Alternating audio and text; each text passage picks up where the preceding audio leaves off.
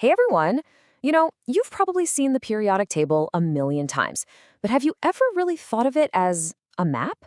A guide to the entire chemical universe with its own hidden rules and, get this, its own secret language? Well, today, we're going to crack that code. So, let's start with the big question. Is this whole thing just a random jumble of boxes with letters in them? Or is there some kind of method to the madness? Well, you're about to find out there is a deep, predictable order hiding in plain sight. And the key to it all is one powerful concept: periodicity. This is it. This is the secret language of the table. It just means that as you move along, the properties of the elements start to repeat in these predictable, beautiful patterns. Honestly, understanding periodicity is like getting the official decoder ring for chemistry. For our tour today, we're going to focus on a special cast of characters, the representative metals.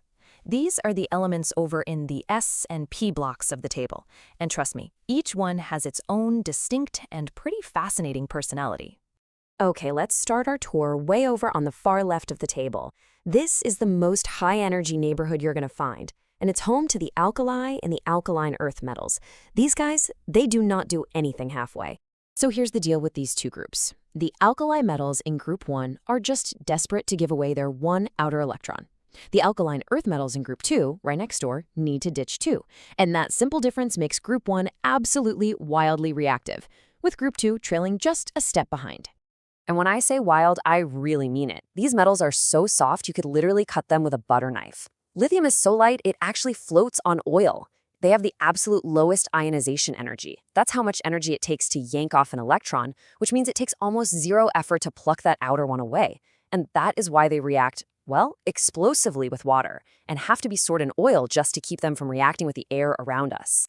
But all that reactivity isn't just for some dramatic lab demo. It's also beautiful. When you heat these elements, they give off these incredible, vibrant colors. You know that bright yellow-orange glow from a sodium vapor streetlight? Yep, that's a Group 1 element doing its thing. That deep crimson red in a fireworks display? You're probably looking at lithium. All right, now let's hop across the transition metals over to Groups 12 and 13. These metals are also pretty reactive, but they have a clever little trick up their sleeve, a kind of chemical defense mechanism. And that trick is called passivation. Now, it sounds complicated, but the idea is actually super simple. The moment these metals are exposed to air, they instantly form this super thin, tough, invisible layer of metal oxide right on their surface. And this layer acts like a perfect protective shield. Look at this. It shows you exactly how it works. The active metal meets the air, and boom, an oxide layer forms in a flash. And just like that, the super reactive metal hiding underneath is completely sealed off. It's like it creates its own personal force field against the outside world. And this little trick? This is the entire reason we can build airplanes out of aluminum. On its own, aluminum is a very reactive metal, but that passivation layer is so incredibly effective that it makes it strong, lightweight, and corrosion resistant. It's also the secret behind the aluminum foil in your kitchen and the soda can in your hand. Okay, now get ready for a plot twist. Remember how back in Groups 1 and 2 the metals got more reactive as you went down the column? Well, check this out. In Group 12, it's the exact opposite. Zinc at the top is the most reactive, and mercury, way down at the bottom, is the least. It's a complete reversal of the trend we saw just a minute ago, a fantastic little quirk of periodicity. Let's keep moving right, where we meet the heavyweights of the P block in Groups 14 and 15. Now, these elements, they have some really complex personalities and some truly surprising behaviors. They're a bit moody. So to understand these guys, we need to talk about allotropes.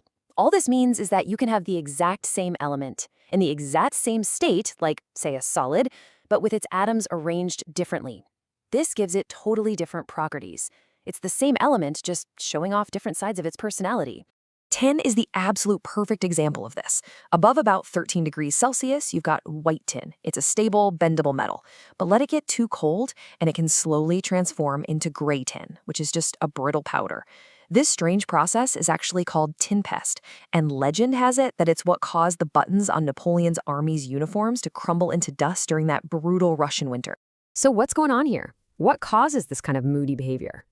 Well, it's something called the inert pair effect. Basically, in these really heavy elements, the two outermost s electrons are held super tightly by the nucleus, so they're way less likely to jump in and participate in chemical reactions. They just sit there. And this allows the element to show off different chemical personalities or states. This table shows it perfectly. Look at tin and lead. They can either use all their outer electrons and have a 4+ state, or that inert pair can just hang back, giving them a stable 2+ state. Bismuth does the same thing, showing either a 5+ or a 3+ state. It's this amazing chemical flexibility that makes them so unique. So, we've met all these elements, we've seen their unique properties, their weird quirks, but why does any of this actually matter?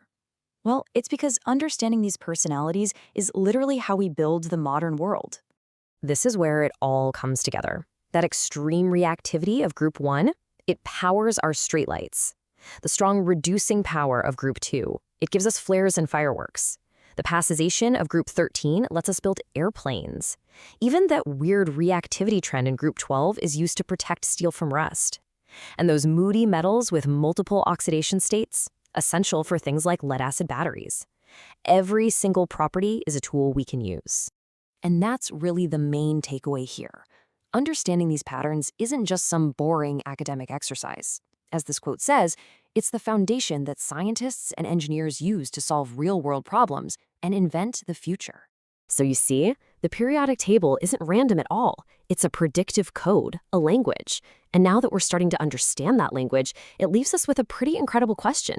By mixing and matching all these elemental personalities, what amazing new materials are we on the verge of creating next?